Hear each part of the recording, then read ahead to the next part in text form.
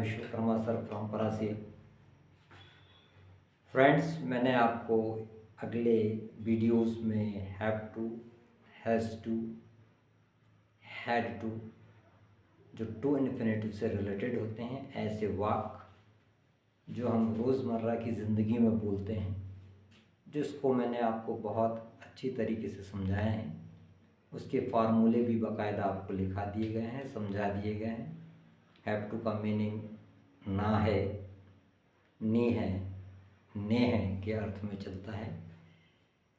मुझे रुकना है शाम तक। I have to stay till evening. मुझे आपसे कुछ पूछना है। I have to ask something from you. ठीक इसी प्रकार अगर आपको पास्ट में ये बात कही गई होती है, जैसे जाना था, लिखना था, आपको ये काम करना था, you have to do this work. ठीक इसी प्रकार अगली कड़ी में फ्रेंड्स विल हैव टू और शैल हैव टू पढ़ना है। विल हैव टू और शैल हैव टू का मीन्स होता है ना, ने, नी के साथ होगा, होगी, होंगे या पढ़ेगा, पढ़ेगी, पढ़ेंगे ये अर्थ आता है फ्रेंड्स। तो इस प्रकार will have to,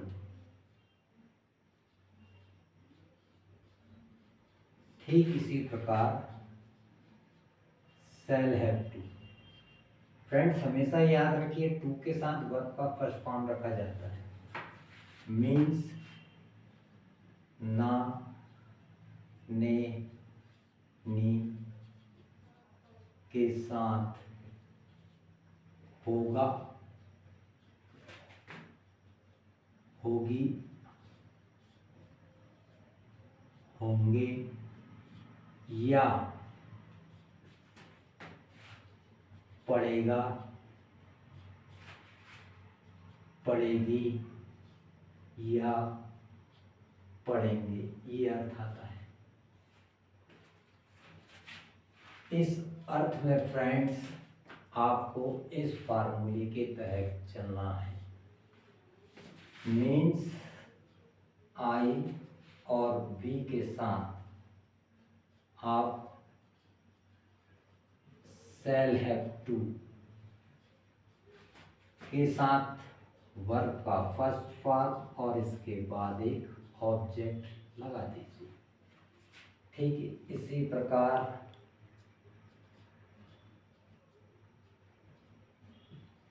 any names,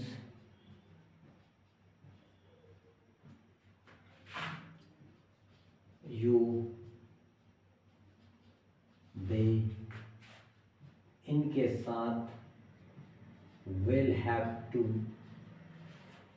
के साथ वर्ब का फर्स्ट फॉर्म आपको लगाना है। आपको कल आना पड़ेगा, आपको कल आना पड़ेगा।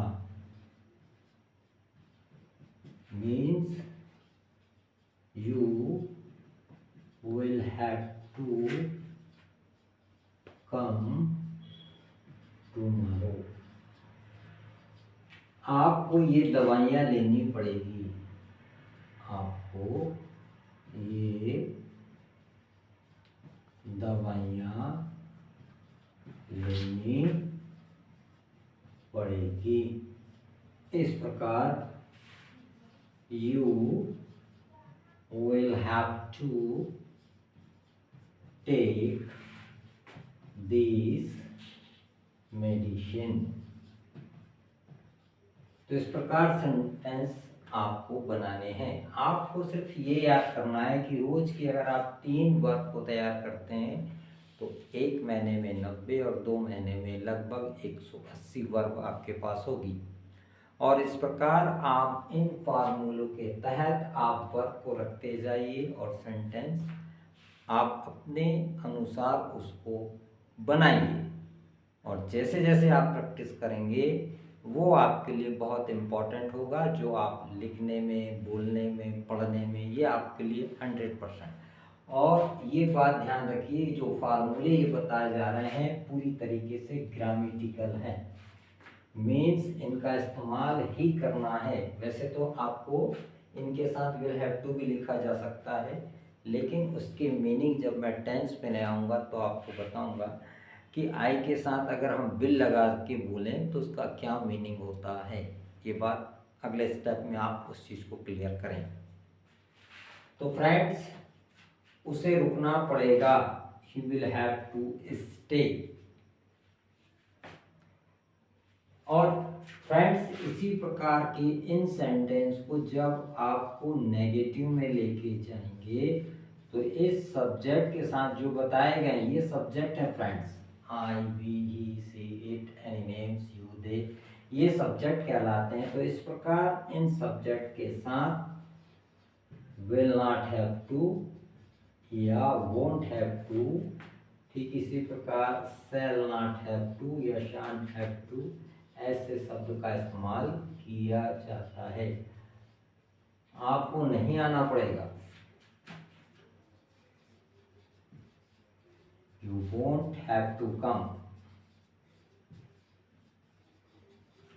अगेन, आपको दोबारा नहीं आना पड़ेगा। तो इस प्रकार ऐसे सेंटेंस को नेगेटिव में बनाया जाता है। तो ये फ्रेंड्स, आपकी ये जो सेंटेंस अफर्मेटिव कहलाते हैं, ये याद रखिए आप, ये आपके अफर्मेटिव सेंटेंस है, सकारात्मक वाक्य है। और ठीक इसको आपने नेगेटिव में बना दिया।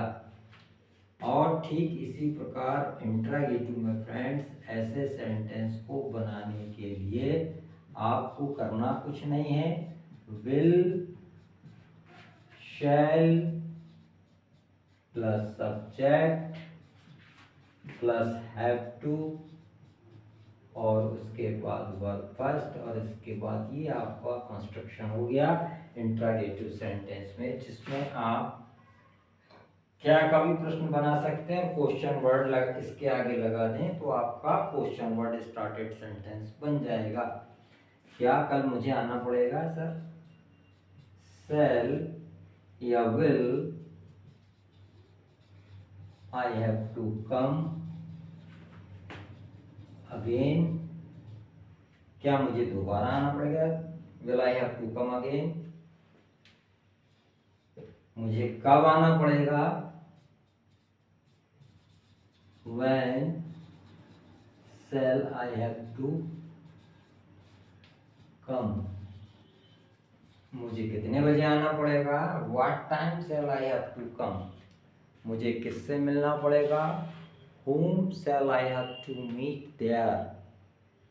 मुझे कितने पैसे खर्च करने पड़ेंगे? मुझे कितने पैसे खर्च करने पड़ेंगे? How much money shall I have to spend? मुझे कितने पैसे उसे देने पड़ेंगे? How much money shall I have to give him. इस प्रकार के जो सेंटेंस हैं, जैसा आप बोलेंगे तो इस फॉर्मेट के तहत आपको बनाने हैं।